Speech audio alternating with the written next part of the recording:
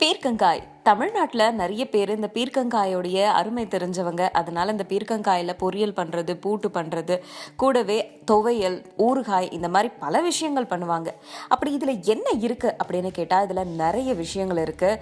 முக்கியமாக சொல்லப்போனால் vitamin A and C, potassium, folate, fibre, protein, கார்போஹைட்ரேட்னு நம்ம பாடிக்கு தேவையான எல்லாமே இருக்குது. இது நிறைய டிசீஸஸை ஒழிக்கிறதுக்கான விட்டமின்ஸ்.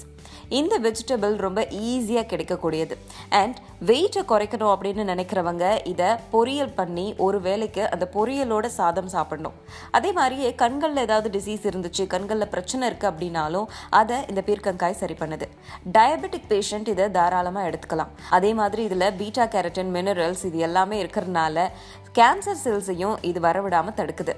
அதே மாதிரி உங்களோட ஹார்ட்டை ஹெல்த்தியாக வச்சுக்கவும் இது உதவுது. பிளட் ப்ரெஷர் நார்மலாக இருக்கவும், பிளட்டில் சுகர் லெவல் ரெகுலேட் ஆகவும் இதை எடுத்துக்கிறாங்க. அதே மாதிரியே ஆஸ்மா மாதிரியான ப்ராப்ளம்ஸ் வராமல் இருக்கிறதுக்காகவும், ப்ரீதிங் ப்ராப்ளம் இல்லாமல் இருக்கிறதுக்காகவும் இந்த பீர்க்கங்காயை எடுத்துப்பாங்க.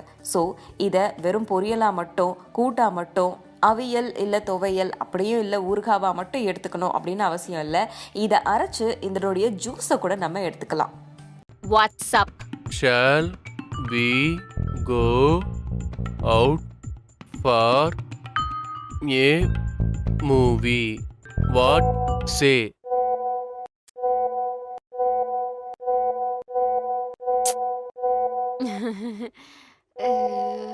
Sorry guys. Shall we begin?